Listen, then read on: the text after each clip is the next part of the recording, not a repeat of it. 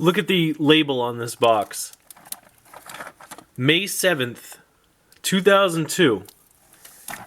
I don't know who sent me this box. I think it was another Hot Wheels collector who sent something in it that we had traded for online. It's a little first-class mailbox. And I remember what's in here. Years ago, I went to this surplus sale at a local auction house, and they had advertised in the paper that they had Hot Wheels. This is before Craigslist or anything. So you'd look for ads in the paper, and I must have waited out in the parking lot in the snow for like 2 hours in my car. Then we lined up, and I ran and I bought every Hot Wheels car they had. So let's take a trip down memory lane, my memories anyway, and see what's in this little box. Probably some interesting stuff in here. Alright, let's get started. This is a Hot Wheels IROC Camaro. Now, I remember back in the 80s when the IROC first came out, and to be honest, it looked nothing like this. It did not have a gigantic engine jutting through the hood, and it didn't have these goofy graphics on it. See, this car, what casting is this? This is the Blown Camaro. And I think what they wanted to do is just take advantage of the fact that the IROC was a thing and put IROC decals on this pretty terrible casting. I mean, either stick to the sleek lines of the Camaro or build a hot rod, but I don't know, it's just kind of weird. It's got these Hot Ones wheels. It's alright, it's well made, it's got the side pipes and everything, but I don't know, kind of a little goofy. This one, though, this I like. The Hot Wheels Hot Bird. This is a Firebird. I guess you could call it a Trans Am. It's got the, Firebird, Trans Am, Eagle. I forget off the top of my head what that is. Like the Smokey and the Bandit car had it on it. This awesome sort of metallic blue paint and these weird kind of, I guess they're supposed to be feathers, but at the same time they're flames. It has gold wheels or gold hubs.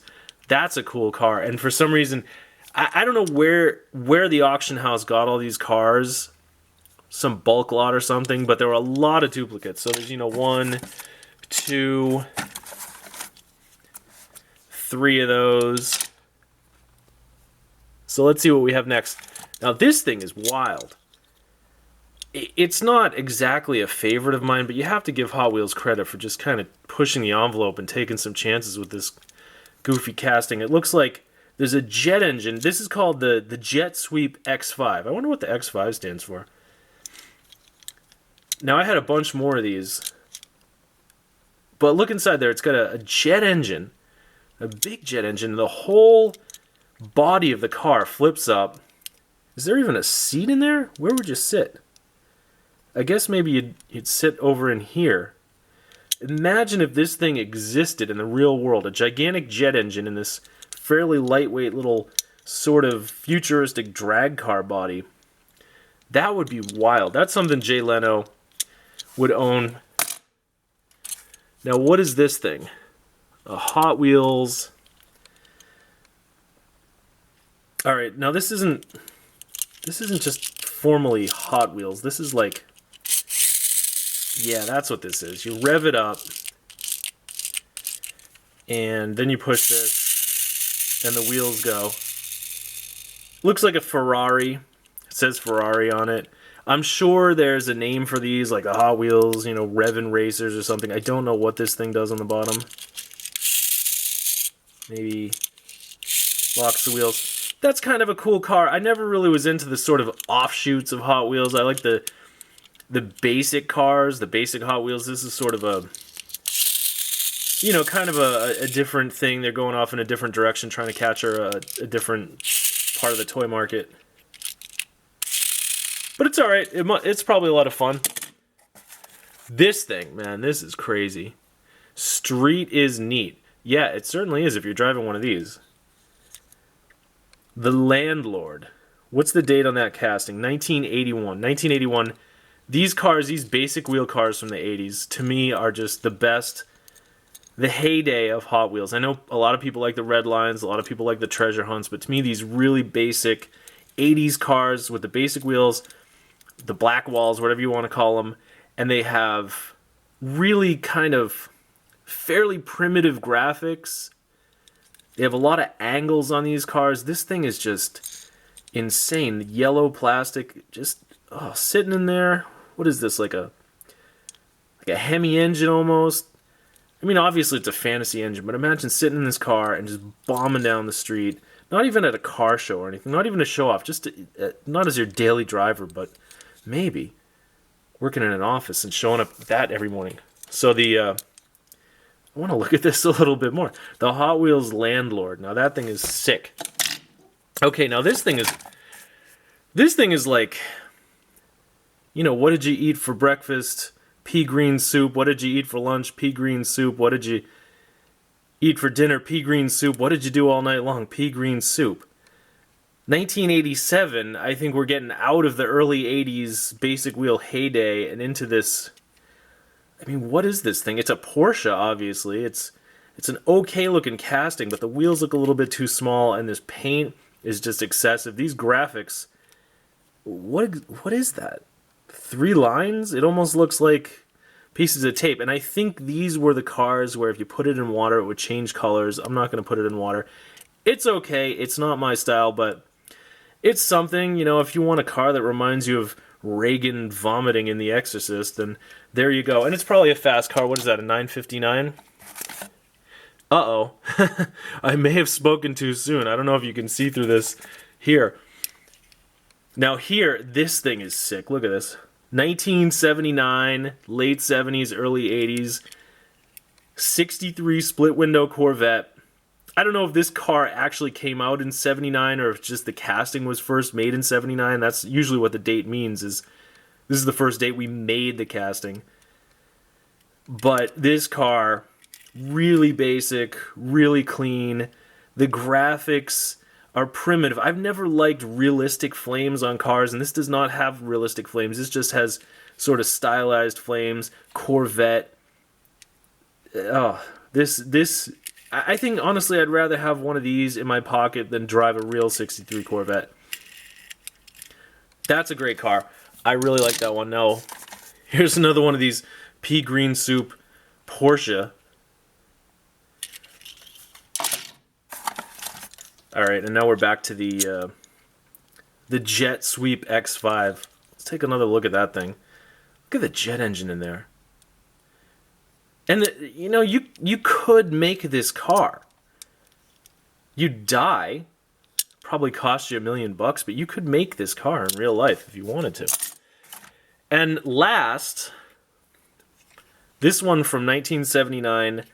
I have no idea what this car is supposed to be. Is this... I don't know if I'm going to say it's a DeLorean, or is it like a Pantera, something like that. A lot of the time, Hot Wheels didn't put the name of the car on the base. They generally do now, and they did way back in the Redline era, but sometimes they didn't.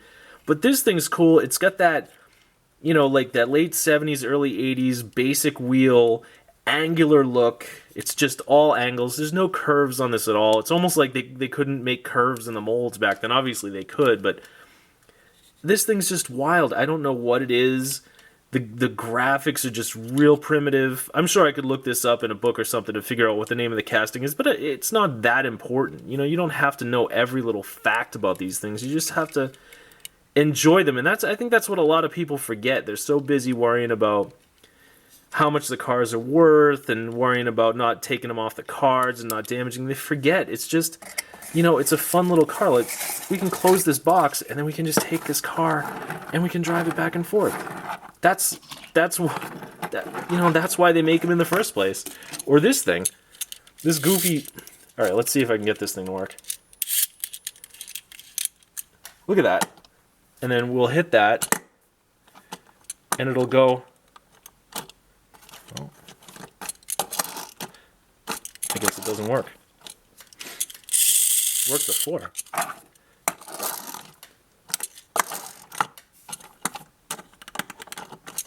Apparently you need a degree in rocket science to... See?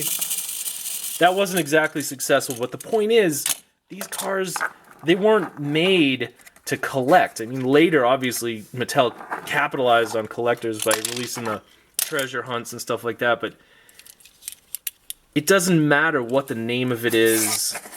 It just matters that it's fun. And here, we have a whole dozen of these goofy Porsches. I guess that adds up to 14 of them total. Wow, I don't know what these are from. I don't know why there were so many at this auction house 15 years ago or however long ago it was. But I guess that's it. I want to take one last look at this Landlord before I finish up here, because I'm probably going to take pictures of these cars and throw them on eBay, get them out of my life. But look at that. Let's drive this. Take it for a drive across the box. Yeah. Now that is fun. That's what you're supposed to be doing with Hot Wheels. Forget about all the cards and all the values and your books and stuff. You know, there's a time and place for that, but there's also a time and place to take an 89-cent Hot Wheels car and drive it across the box and crash it. Look at this. Camaro and Corvette. Ah! Probably just chipped those. I did check it out. Look. There's a huge paint chip on that now. Somebody's gonna comment on this video. You're a jerk. That's what it is. And we'll give the last drive to the Landlord. There you go. Alright, thanks for tuning in. Thanks for checking out this mystery unboxing. I was definitely excited to see what was in this box. Too bad it's 14 pea soup Porsches, but this thing makes it all worthwhile, and I'll see you on the next one.